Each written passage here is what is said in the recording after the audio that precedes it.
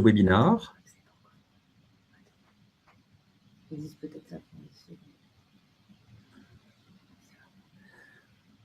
Bonjour à toutes et à tous à ce webinaire. Écoutez, vous êtes nombreux, merci de participer. Nous vous en remercions. Ici, de notre côté, nous sommes 3 personnes, donc nous allons nous présenter. Caroline Monfray, moi je travaille chez Trigram, je suis product owner chez Trigram. Et moi, Gonzalo Ducla Suarez, je suis responsable du déploiement du BIM chez Bouygues Immobilier. Et je suis Franck Stolz, responsable commercial chez Catenda France. Alors, avant de démarrer le webinaire, je vous propose de faire un rappel sur le contexte de cette présentation et des cas d'usage que nous allons montrer. Alors, en fait, comme tout promoteur immobilier, Bouygues Immobilier a besoin de calculer différentes surfaces qui leur serviront en fait pour leurs indicateurs par rapport à son offre cœur de vie. Et pour cela, en fait, Bouygues Immobilier exploite pleinement la puissance du BIM et de ses avantages, comme vous allez voir. C'est-à-dire que là, plus particulièrement, on va parler de collaboration et d'échange de données entre différents outils, sachant que les outils que vous verrez, ce sont les plateformes collaboratives Catenda Hub et également la plateforme Trigram. Alors, j'en profite également. En haut à droite de l'écran, vous avez un chat, donc vous pouvez écrire vos questions et on y répondra donc à la fin du webinaire. Alors, on va commencer par présenter les sociétés. Ok, merci Franck. Bouygues Immobilier, avec 5 autres entreprises, on fait partie plus largement du groupe Bouygues. Et pour info, le groupe Bouygues, c'est 200 000 salariés, 60 milliards de chiffre d'affaires, dont une bonne moitié dédiée aux activités de construction, avec Bouygues Construction, Bouygues Immobilier et Colas. On a aussi les médias avec TF1 et les télécoms avec Bouygues Télécom, bien sûr, et plus récemment, Equans avec tout ce qui est énergie et services, effectivement. Alors, Bouygues Immobilier, plus spécifiquement, on a plusieurs activités, dont l'immobilier d'entreprise, dont l'aménagement et les îlots mixtes avec notre entité Urbanera, mais on est surtout concentré sur le logement, qui représente en gros 90% de notre chiffre d'affaires, ce qui correspond, selon les années, à des dépôts de permis de construire un nombre qui varie entre 100 et 200 par an. Voilà, mais ça dépend des années. Notre activité est essentiellement centrée en France, autour de 4 régions, l'Île-de-France, l'Est, l'Ouest et le Sud, et tout ça réparti sur une trentaine d'agences qui alimentent donc cette activité dans les différentes régions. Donc, je vais passer la parole à Franck pour présenter Catenda. Merci. Donc, Catenda est une société norvégienne. Le siège est basé dans le nord, à Oslo. On a une présence non seulement européenne à travers différentes agences et différents bureaux, dont des bureaux à Paris. On a également une agence aux US et une agence au Japon. Alors, Catenda est membre de Building Smart et Catenda, ça représente un peu plus de 18 000 utilisateurs uniques par mois, sachant que c'est un chiffre qui est en constante progression. Et quelque chose d'important à préciser, on a un taux de satisfaction de nos utilisateurs qui est proche de 95%, ce qui est quand même en fait excellent. Alors, le positionnement de Catenda se positionne comme étant une plateforme OpenBIM. Donc, nous avons des API ouvertes. Et grâce à ces API ouvertes, en fait, on a un véritable écosystème de différents logiciels, de différentes plateformes qui sont connectés avec Catenda, parfois carrément avec des plugins qui sont intégrés. Et grâce à cet écosystème, en fait, on favorise la collaboration, c'est quand même très important pour le succès des projets. Ça permet également d'exploiter la data, ce qui est plus en fait le sujet du webinaire aujourd'hui. Et puis, ça permet quand même de démontrer et ça renforce la valeur du BIM. Voilà. Je passe la parole à Caroline. Donc, Trigram, en quelques mots, on travaille historiquement avec les maquettes numériques depuis toujours. Depuis 5 ans, on est éditeur de logiciels. On a vraiment 2 objectifs. Le premier, c'est d'exploiter les maquettes à fond, les maquettes numériques. Et le deuxième, c'est de créer de la continuité numérique entre la conception et l'exécution. Donc, on est une dizaine de personnes, on est français, on existe depuis 2008, historiquement sur les grands projets, après sur des projets plus classiques. Et on a 3 strates dans 3 équipes, l'équipe relations clients, tout en bas, des développeurs informatiques qui ne connaissent pas du tout le bâtiment. Et on a notre strate du milieu qui sont des ingénieurs bâtiments qui codent et qui amènent vraiment du savoir dans les algorithmes qu'on met à disposition. Nos offres, on en a 4, 3 qui utilisent les maquettes numériques et une qui utilise les plans PDF. Donc BIMshaker, Mettray et TwinXE sont nos offres logicielles qui utilisent les maquettes numériques. BIMshaker pour auditer les maquettes, ça s'adresse principalement au BIM Manager pour vérifier la qualité des maquettes et pour pouvoir derrière donner le go pour les exploiter. On a une offre Mettray qui s'adresse principalement aux promoteurs, aux équipes de conception. On va prendre les maquettes archi et vous allez voir aujourd'hui, là, on va ressortir tous les indicateurs de conception à partir de ces maquettes architectes. Et une dernière offre qui est le TwinXE, où de la même manière, on se base sur les maquettes architectes, on va créer un modèle blanc et les entreprises vont pouvoir développer leurs briques de fabrication, leurs briques d'exécution et créer un modèle exécutable. Tout ça pour pousser vraiment la préfabrication, le hors-site et aller vers les fichiers machine-usine. Voilà. Et le petit dernier, donc c'est notre module 2D, 3D, où on part des plans PDF. On va détecter via l'IA tout ce qui est murs, portes, etc. et redessiner les surfaces pour les indicateurs de conception. Merci Caroline. Écoutez, on va maintenant rentrer dans le vif du sujet et donc on repasse la parole à Gonzalo. Merci. Alors, commençons par les enjeux promoteurs. Comme beaucoup d'entreprises, comme toutes les entreprises, les enjeux, c'est optimiser les revenus et réduire les coûts. Dans le cadre de cette présentation, on va parler de 2 cas d'usage qui vont alimenter ces enjeux-là. Le premier, c'est ce qu'on appelle la conception orientée produit. En gros, c'est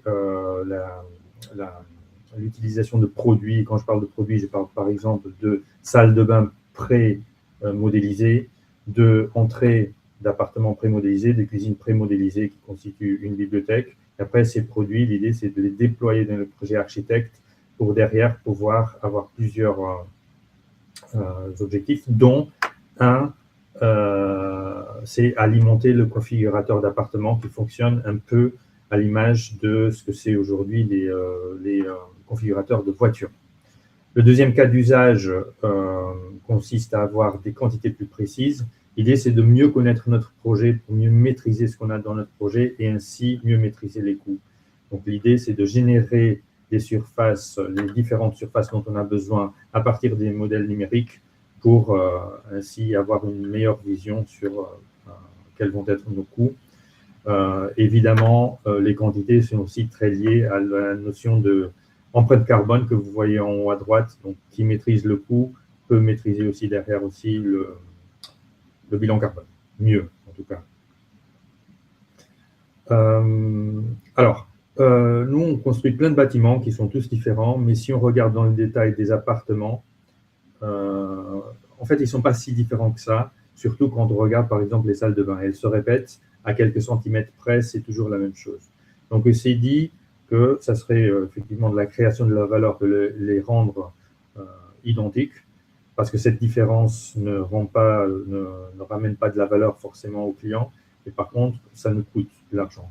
Donc, si elles sont toutes identiques, on va les maîtriser mieux. Et donc, pour cela, on a constitué un certain nombre de modules au sein de notre bibliothèque. Ici, à l'écran, vous voyez donc les modules de salles de bain. Donc, on en a quelques dizaines de salles de bain, mais on a aussi des modules comme je disais tout à l'heure, d'entrée, de cuisine, et de nombreux autres objets, des modules qui constituent un appartement. Tous ces modules, ils sont numérisés. Qu'est-ce que je veux dire par là? Donc, en gros, c'est une bibliothèque numérique constituée d'une partie Revit et une partie Archicad, parce que la plupart de nos architectes, j'ai envie de dire 95%, utilisent soit un, soit l'autre de ces 2 logiciels. Alors, chaque module est un conteneur et un contenu. Pourquoi un conteneur? C'est un conteneur parce qu'il représente la géométrie qu'on veut représenter sur les plans. Donc, les architectes prennent ces géométries et la mettent dans leur projet, soit dans Revit, soit en Archicad. Cette géométrie a un code, et ce code, derrière, est lié à un référentiel que nous avons, et qui nous permet de savoir exactement quelles sont les quantités, quel est, par exemple, l'aspect architectural lié au calpinage, du carrelage, par exemple, différents détails d'exécution et le poids carbone de ce module. On n'a pas besoin d'avoir toutes ces informations dans le BIM même. Il nous suffit d'avoir un code et après, dans notre système informatique à nous, on lit ce code donc à ces 4 éléments-là. On en a d'autres, mais les 4 éléments que vous avez à l'écran. Et après, on peut faire, par exemple, une quantité totale, un total de quantité sur le projet qui est fait donc par rapport au nombre de salles de bain qu'on a sur le projet. On a aussi la notion d'intelligence embarquée. Qu'est-ce que je veux dire par là? Encore une fois, dans le BIM, on a seulement un module de salle de bain, mais derrière, c'est déclinable, comme vous voyez en bas, en plusieurs options de modules de salle de bain dans le configurateur. On va voir le configurateur là tout à l'heure, mais ce code dont je parle, le code de cette salle de bain, va permettre au configurateur de savoir quelles sont les options disponibles au client. Donc ici, vous voyez une salle de bain qui est avec WC intégré. On a maintenant avec WC séparé, avec une baignoire au lieu de bac à douche et une baignoire plus grande et sans lave-linge. Donc, c'est les 4 options qu'on peut avoir pour une salle de bain et qui vont être disponibles dans le configurateur, mais qui ne sont pas visibles forcément dans le BIM. Ce qui est important, encore une fois, c'est d'avoir un code unique qui permet par la suite de savoir quelles sont les options disponibles. Alors, j'ai donné l'exemple de la salle de bain, mais on a 150 modules qui ont été modélisés. Comme je disais tout à l'heure, des cuisines, des salles de bain, les entrées des appartements, mais on a aussi des appartements qui ont été modélisés entièrement et qui sont à disposition des architectes. Ils ne sont pas obligés, évidemment, de les utiliser, mais ils peuvent les utiliser. Et s'ils les utilisent, le travail est encore plus fluide parce que c'est du travail qui a déjà été pré-mâché par nos soins. Mais on sait que pas tous les appartements peuvent s'adapter à tous les bâtiments parce que les bâtiments, en fait, ils sont tous différents et parfois, il y a des cas où on a des bâtiments un peu biscornus, c'est un peu compliqué d'intégrer tel quel ces appartements-là. Donc, qui dit bibliothèque numérique dit endroit où on doit la stocker. Et donc, on a eu besoin d'une plateforme, en l'occurrence, c'est Catena. Donc, on travaille avec Catena depuis 2017 et le choix a été relativement facile parce que les critères, c'était des critères de simplicité, en commençant par l'ergonomie. Donc, en ce qui concerne le chargement de modèles, la navigation, la visualisation, c'est effectivement une plateforme qui est très simple. Il y a aussi des arborescences pour tout ce qui est gestion électronique des documents qui fonctionnent comme Windows, donc tout le monde sait l'utiliser. Elle accepte des formats ouverts, donc c'est-à-dire nos archives peuvent travailler avec n'importe quel logiciel à partir du moment où ils exportent en IFC, qui est un format ouvert, on peut visualiser ce qu'ils ont fait. Et puis, comme Franck mentionnait tout à l'heure, il y a les API qui nous permettent de nous connecter directement à d'autres systèmes, à d'autres logiciels, en ligne ou pas en ligne. Et c'est l'exemple de Trigram, que Caroline va présenter là tout à l'heure, et aussi de Resolving, qui est notre configurateur. Donc, voilà. Donc, tous ces liens sont indispensables pour qu'au niveau entreprise, ce qu'on est en train de présenter marche. Le deuxième cas d'usage, donc, c'est la génération de surface. Alors, nous, en tant que promoteurs, nous, avant tout, on a besoin de surface. Pourquoi? Parce que nous, en fait, on achète la surface brute, on déclare à la mairie la surface de plancher et on vend de la surface habitable. Et donc, on dresse nos bilans avec ces surfaces-là. C'est ça qui nous permet de comprendre si on va être dans un projet qui va être rentable ou pas. Donc, en gros, notre produit, si on regarde dans une granulométrie très petite, c'est le mètre carré. Et pour maîtriser ce mètre carré, maîtriser ce mètre carré, c'est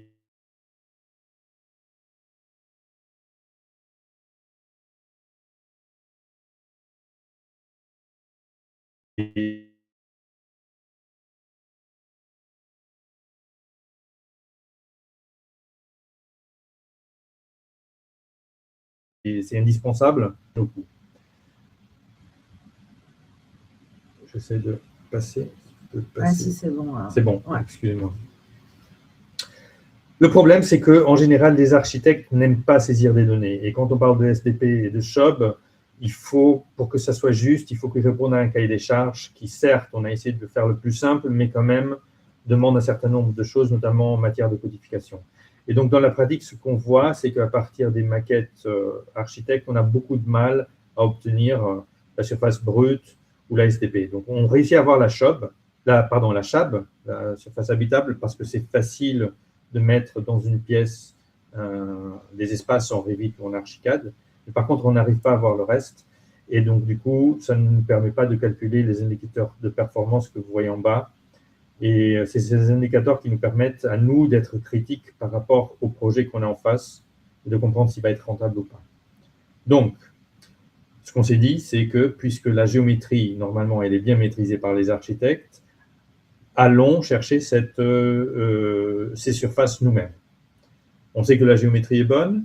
Maintenant, il nous suffit de parcourir les maquettes nous-mêmes pour sortir ces surfaces. Et c'est là où Trigram rentre. Tout d'abord, avec un algorithme qui permet de nettoyer nos maquettes, parce qu'elles sont tous différentes, pour aboutir à un modèle blanc qui est systématiquement le même du point de vue de structuration des données selon les différents projets. Et à partir de là, on lance un petit robot qui est un algorithme qui va parcourir le bâtiment et va pouvoir nous générer les différentes surfaces en accord avec la géométrie que nous avons sur le projet. Et à partir de ces surfaces-là, on va pouvoir calculer les indicateurs que vous voyez en bas et on va pouvoir visualiser les surfaces parce que parfois l'algorithme se trompe. Donc, c'est important de voir ce qui se passe. Et ce que vous voyez en haut à droite, c'est des IFC qui sont exportés depuis Trigram vers Catenda et qui nous montrent les différentes surfaces. Ces surfaces, elles sont aussi exportées dans un tableau Excel avec les colonnes qui ont les différentes couleurs que vous voyez à l'écran. Et ces couleurs, elles correspondent aux couleurs de la maquette qui est sur Catenda. Donc, nos responsables de projet et nos responsables de conception, ils vont pouvoir avoir une main sur ce qui se passe et vérifier si ce qu'on est en train de faire, ça correspond effectivement à la réalité des surfaces telles qu'elles doivent être calculées. Donc, en gros, à partir d'une maquette architecte, on crée un modèle blanc et à partir de ce modèle blanc, on extrait des surfaces en IFC, on génère des surfaces en IFC qui ont des couleurs qui représentent les différentes compositions de SHAB, de SHOB et de SDP et qui sont aussi visibles de façon plus détaillée dans un tableau qui peut Excel, qui est aussi sur Catena, mais qui peut être copié-collé pour faire les bilans, pour remplir les CERFA des permis de construire, etc. Donc là, je vais passer la parole à Caroline pour expliquer plus en détail comment cette bibliothèque, la bibliothèque que j'ai mentionnée tout à l'heure, est structurée. Alors, on arrive sur le premier enjeu, en effet, de Bouygues Immobilier, qui est la conception orientée produit. Donc, voilà une petite image, parce que Gonzalo vous a parlé de bibliothèque. J'aime bien le terme de bibliothèque, parce que tout le monde comprend en quoi ça consiste. Hein, c'est assez visuel. Une petite diapo pour vous montrer que cette bibliothèque, en fait, elle a 3 granularités. On voit bien ici l'appartement. On voit ici 3 modules, le module entrée, le module cuisine, le module salle d'eau, et on voit des composants. Donc, vous imaginez bien la diversité de combinaisons possibles via cette bibliothèque. Comme vous l'a dit Gonzalo aussi tout à l'heure, les architectes ils sont principalement allés à 95% sur Revit et Archicad. Et Bouygues Immobilier a choisi tout d'abord de modéliser sur Revit. Donc, si on prend une bibliothèque, par exemple la version 6 de la bibliothèque, sur Revit, on pouvait avoir 104 composants, 106 modules, 87 appartements, 100 masques 2D. Donc, il y a toute la conception, l'intelligence avec tout ce dont vous a parlé Gonzalo, là, qui est figé par Bouygues Immobilier. Et derrière, nous, on les accompagne, on a développé des processus de contrôle qualité modélisation avec les 32 000 objets, 15 points de contrôle, un contrôle qualité information, et vous avez vu tout, puisqu'on va jusqu'au configurateur, au quantitatif, etc., toute la codification et l'importance qu'elle a Donc, sur ce contrôle qualité-information, on a 400 000 attributs à vérifier, 11 points de contrôle. Il y a une passe de nettoyage packaging et donc là, on est content, on a notre bibliothèque sur Revit qui est finalisée. Et donc, on a fait le choix, on a proposé de créer un miroir dans Archicad pour ne pas avoir deux bibliothèques qui vivent en parallèle sans savoir si elles étaient vraiment conformes l'une l'autre. Donc, à partir de la bibliothèque Revit, on a créé un miroir Archicad pour dupliquer cette bibliothèque dans Archicad. On a une passe de nettoyage dans Archicad. Et les livrables, c'est une bibliothèque Revit, une bibliothèque Archicad, les plugins Revit et Archicad qui sont à disposition des architectes, les planches PDF des WG, export IFC, les guides, les gabarits pour l'export IFC et un contrôle qualité produit. Le contrôle qualité, à la fin, il est hyper important parce que vous avez vous allez vous expliquer les enjeux, etc. Aujourd'hui, la bibliothèque, elle a été quand même installée, en tout cas dupliquée sur plus de 250 projets chez Bouygues Immobilier, sur plus de 15 000 lots. Donc, il est hyper important de vérifier que les architectes n'ont pas détourné la bibliothèque qu'ils ont reçue. Donc, de la même manière, on a créé un process de vérification. Vous voyez l'image en haut à droite là, avec quelques modules rouges, donc des éléments de la bibliothèque qui ont été retouchés par les architectes. Voilà. Et en dessous, vous voyez un export Excel pour mesurer le taux d'utilisation de cette bibliothèque au sein des projets de Bouygues Immobilier. Allez, une petite vidéo. Alors là, ce n'est pas une voiture, mais c'est le configurateur appartement. Je vais essayer de la lancer. Ouais, c'est bon. Donc voilà, donc à partir de la bibliothèque et des codifications qui ont été mises en œuvre, Bouygues Immobilier investit dans ce configurateur avec Resolving. Donc tout est connecté à Catenda. Et on voit pour le potentiel acquéreur les choix qu'il peut faire au sein de son appartement avec les prix qui se mettent à jour et les différentes combinaisons possibles pour avoir une expérience utilisateur optimum. Et maintenant, je vais repasser la main à Gonzalo qui va vous montrer concrètement à quoi ça ressemble dans Catenda pour les équipes de conception.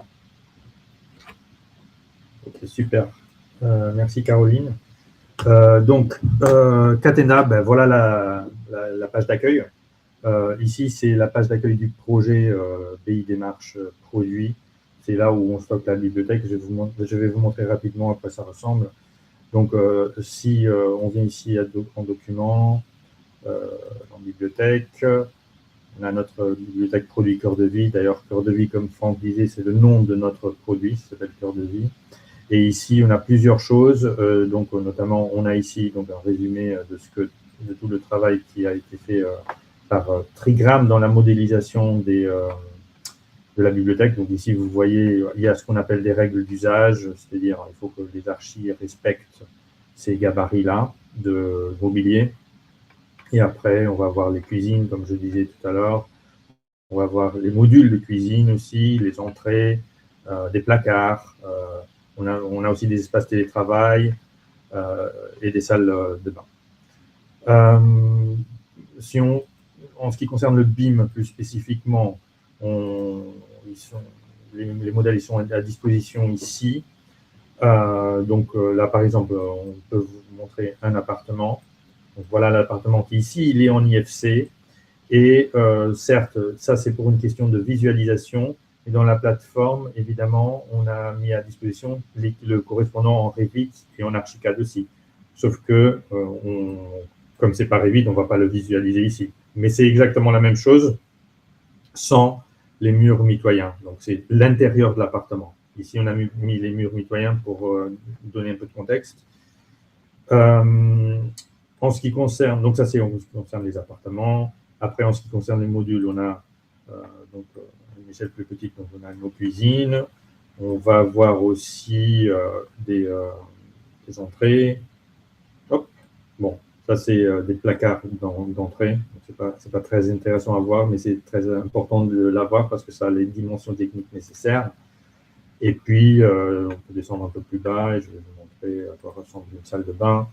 Là, voilà, notre salle de bain. Là, pour le coup, il n'y a pas de je parlais des murs mitoyens. Ici, il n'y a pas les murs mitoyens. Ça, c'est vraiment les murs, les cloisons de la salle de bain telles qu'elle devra être intégrés dans les projets des architectes. Donc c'est très simple. Les archis, ils ont soit à télécharger depuis Catenda, soit à utiliser un plugin qui a été créé par Trigram et qui peut être installé directement dans Revit et dans Archicad, qui donne accès à la bibliothèque. Voilà, donc Caroline, vas-y.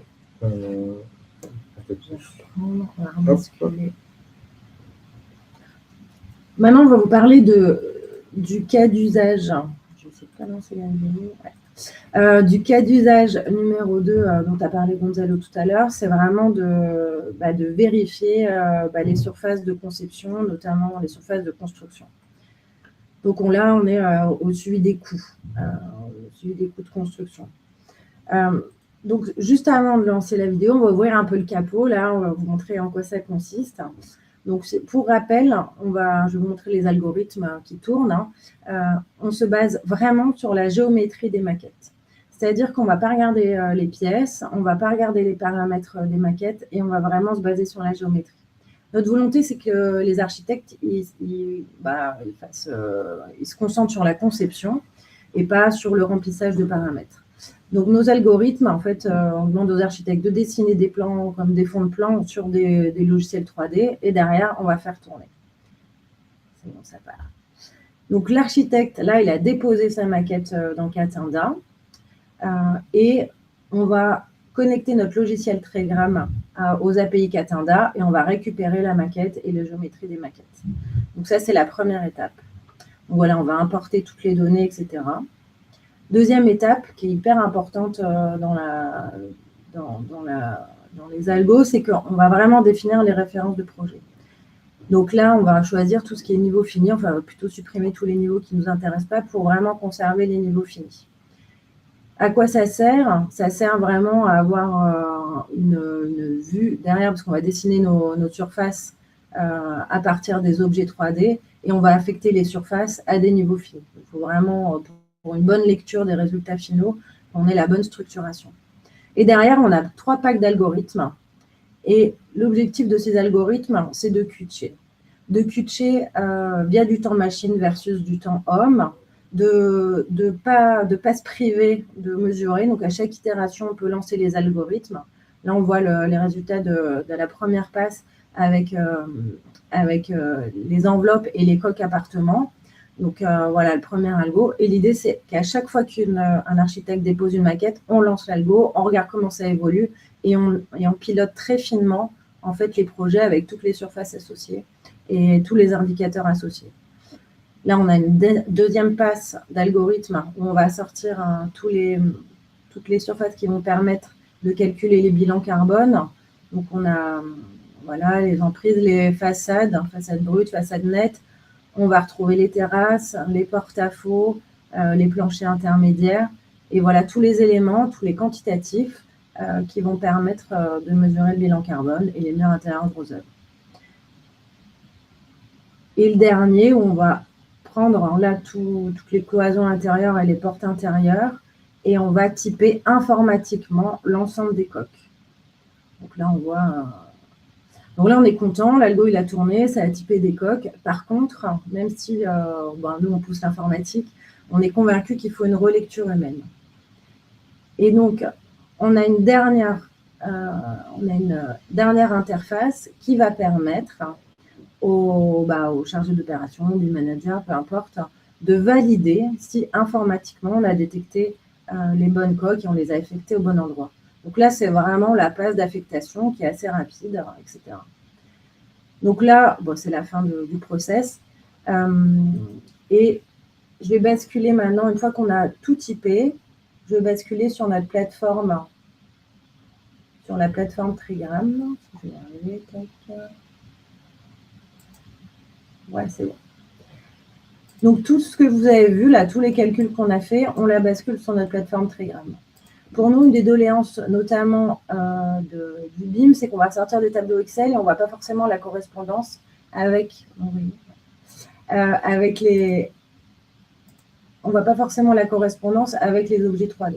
Donc là, ce qu'on veut, c'est vraiment montrer aux chargés d'opération, aux opérationnels, toutes les surfaces qu'on va sortir. Donc ici, on peut voir, je vais enlever la chab,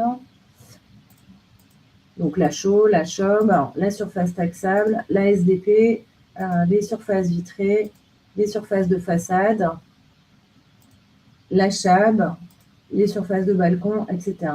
Donc, à chaque itération, vous regardez niveau par niveau ou sur l'entièreté du projet, quels sont vos indicateurs. Ici, les coûts de construction et ici, la partie vente.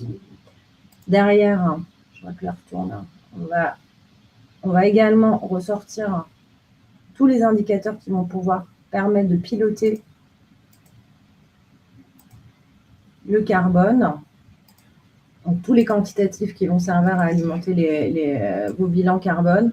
Donc ici, on va avoir les emprises, les planchers intermédiaires, les terrasses, les porte-à-faux qui ne sont pas toujours faciles à détecter, les façades nettes, les surfaces vitrées, les façades brutes, les murs intérieurs gros œuvres, brutes et nettes. Et derrière, on va ressortir d'autres éléments qui sont les quantitatifs pour le lot gros œuvres. On va ressortir les mêmes chiffres. Les quantitatifs pour les MEX. Donc ici, on voit qu'il y a 15 typologies de MEX. Et on va regarder par typologie de MEX où est-ce qu'ils sont implantés dans le projet. Voilà. Ici, on voit qu'il y en a 3, etc. etc., etc.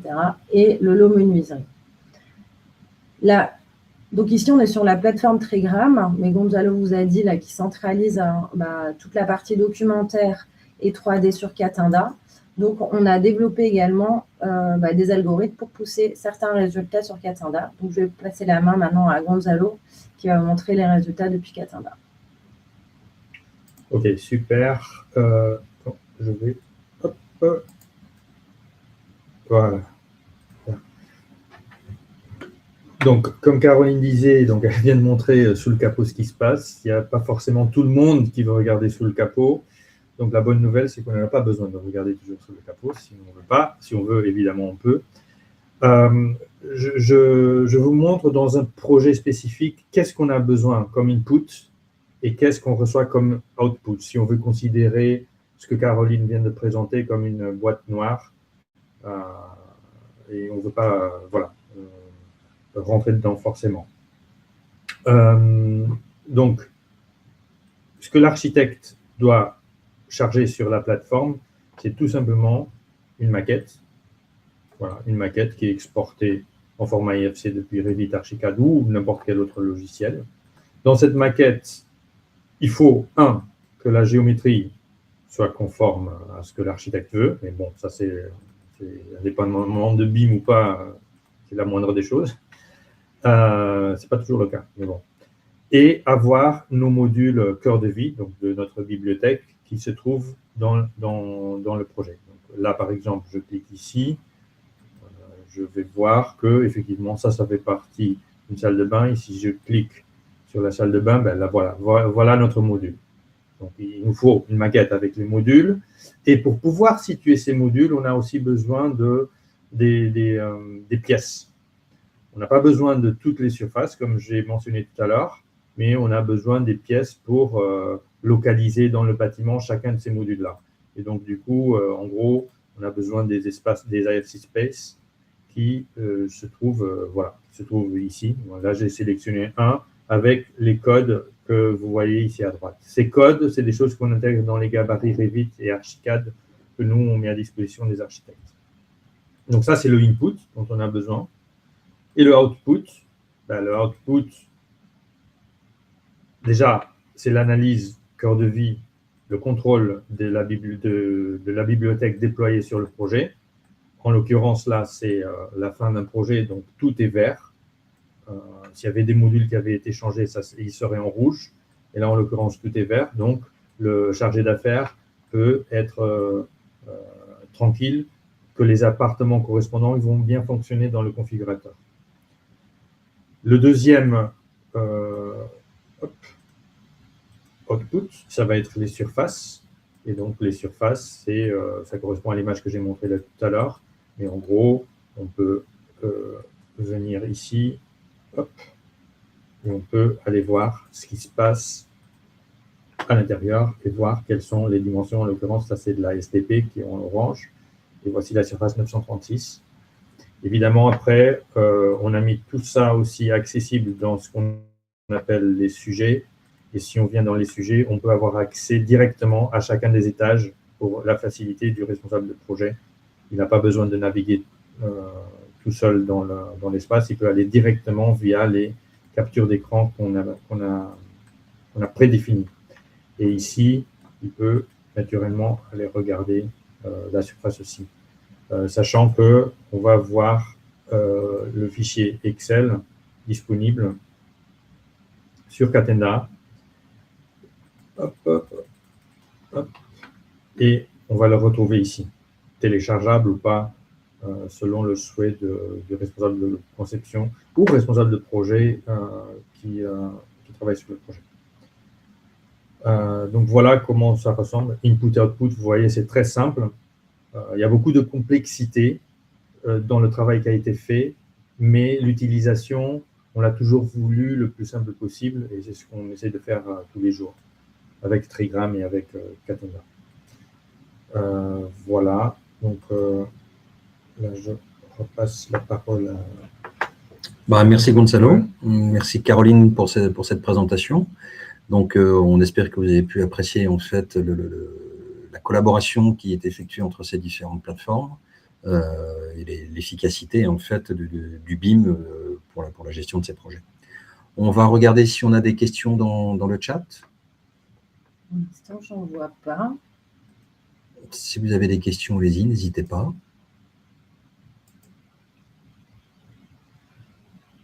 Alors pour tous ceux qui sont inscrits, la vidéo, vous pourrez la revoir en replay en fait par la suite et la montrer à vos collaborateurs. Ah si, une question. Ouais. Alors, je vais lire Damien qui nous demande s'il serait possible de générer les mêmes surfaces, espaces à partir d'une maquette archi qui ne contient pas de pièces. Oui. En fait, ce que tu disais, Gonzalo, c'est que tu as besoin des pièces, mais plutôt pour la partie cœur de vie, associer les modules à un positionnement, enfin voilà, détecter les modules. Concernant le calcul de surface, les chauds, les chables, ce qu'on vous a montré, ça ne se base pas du tout sur les pièces. On se sert uniquement des objets 3D de la maquette. Donc des murs, des portes, des fenêtres, et on ne regarde pas du tout ni les pièces, ni les paramètres des objets. On va lancer nos algorithmes qui vont détecter la géométrie et en déduire des choses. Si c'est un mur de 100, on va voir que c'est un mur porteur. Si c'est un mur de 5 ou 10, de 50 ou 100 ou à millimètres, on va détecter que c'est potentiellement une cloison. Et de là, à partir de la géométrie, en fait, on va déduire plein d'informations et on va typer les objets. Donc, on ne se sert pas du tout des paramètres, on se sert de la géométrie. Et derrière, on a les algos qui tournent, qui dessinent des surfaces et qui mesurent les surfaces dessinées. Ouais, les pièces, c'est simplement pour pouvoir situer où éventuellement on aurait des problèmes de modules qui ne seraient pas conformes. Mais tout marche, c'est simplement pour faciliter après l'accès de la part du BIM manager ou du responsable de conception à l'endroit où il y a des problèmes. On a une autre question de Dimitri qui nous pose comment vous gérez l'assertif RE 2020 compte tenu de vos ouvrages. Alors, nous, on ne remplit pas directement l'assertif RE 2020. En revanche, ce qu'on fait, c'est que, et on a travaillé avec un bureau d'études spécifique sur ça, on arrive à générer entre 40 et 50% des quantités nécessaires pour créer un ACV. Donc ça, on arrive à le faire. La question maintenant, ce n'est pas tant ce qu'on arrive à faire ou ce qu'on n'arrive pas à faire, c'est qu'on arrive à le faire, mais derrière, ça ne veut pas dire que tous les bureaux d'études vont utiliser ce qu'on sort. Il y en a qui aiment bien, il y a d'autres qui disent « Ah non, mais moi, je préfère faire mes maîtrises moi-même ». Donc, ce n'est pas une question technique, c'est plutôt une question d'habitude et voilà, et est-ce qu'on fait confiance, est-ce qu'on ne fait pas confiance, savoir plus avec la conduite de changement qu'autre chose. Et pour l'instant, voilà, on ne remplit pas automatiquement tous les éléments dont on a besoin pour la RE 2020. Pour répondre juste techniquement, Sur la plateforme Trigram, là, comme vous l'avez vu, on va éditer les quantités qui vont servir à affecter des ratios carbone et à sortir un premier bilan carbone. Et dans l'export, on exporte aussi bien un tableau Excel, j'imagine bien, et également un IFC. Et on a fait, le test d'insérer notre IFC dans un autre logiciel qui est Viscab Explo pour voir si ils arrivaient à sortir un bilan carbone. Donc, on pourrait créer une continuité numérique. Après, c'est des choix logiciels et des choix entreprises. Bon, une continuité numérique vers un autre logiciel qui va fournir le bilan carbone en tant que tel. Okay. On a 3 autres questions. Ouais. Donc, Mathieu qui demande quel est notre REX pour la récupération des propriétés pour le calcul carbone dans le service dédié chez BI. Ça revient à ce que je disais là, c'est-à-dire que le service dédié chez BI, donc il s'alimente des projets et les projets en général, ils ont des bureaux d'études qui font les calculs. Nous, on propose de faciliter le travail des bureaux d'études, mais en général, les bureaux d'études, ils aiment bien faire leurs calculs. Il y en a 1 ou 2 avec qui on a travaillé, ça marche très bien. Philippe qui nous demande la quantité de temps que ça nous a pris pour mettre tout ça en place. Nous, on travaille ensemble. Bon, on a commencé c'était quoi, en 2021, je pense? Ouais, c'est la 5e année. C'est la 5e année qu'on travaille avec Trigram. Ouais. Avant, on travaillait déjà avec Athena, mais pas dans ce contexte-là. Il y a eu, la question, c'était pas tant le technologique, c'est plutôt le conduite du changement concernant cœur de vie, concernant accepter certaines choses qui viennent de ce qu'on peut appeler une boîte noire. Et c'est ça qui est plus compliqué. Sophie, comment l'algorithme gère-t-il l'évolution du LOD au fil du projet? Ouais, le load, c'est pas quelque chose. Nous, les algorithmes, ils vont fonctionner aussi bien sur du load 100, 200, 300. En fait, ça va rien changer au niveau des algorithmes. C'est juste le projet qui va s'affiner, les géométries qui vont s'affiner. Mais nous, on va prendre les objets, détecter les épaisseurs, les positions, etc. et créer un modèle surfacique, ce qu'on appelle un modèle blanc entre nous. Donc, nous, le load, ça n'a pas d'impact sur les algorithmes. Je confirme. Nous honnêtement, on ne s'intéresse pas trop au load. Nous, on a besoin de telle ou telle information pour les 2 cas d'usage que nous, on considère ramener de la valeur chez Bouygues Immobilier, à savoir le configurateur et la génération de surface. Et donc, on met tout en place pour sortir cela.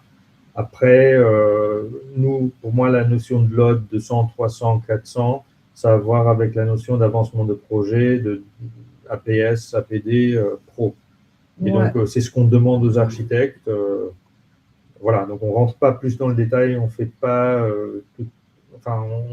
on n'a pas créé tout un système autour de les soi-disant load. Non, et les algorithmes marchent pareil, en fait. Voilà. Il n'y a plus de questions. Merci pour vos messages. Merci pour les questions. Et vos questions. Merci pour votre participation. Ouais. Donc, n'hésitez pas à nous contacter individuellement si vous avez des questions un peu plus précises sur nos métiers, sur nos logiciels. Et puis, écoutez, on va couper alors et on vous dit à bientôt. À bientôt. Merci. À bientôt. Au revoir. Merci beaucoup. Merci. Au revoir. Au revoir.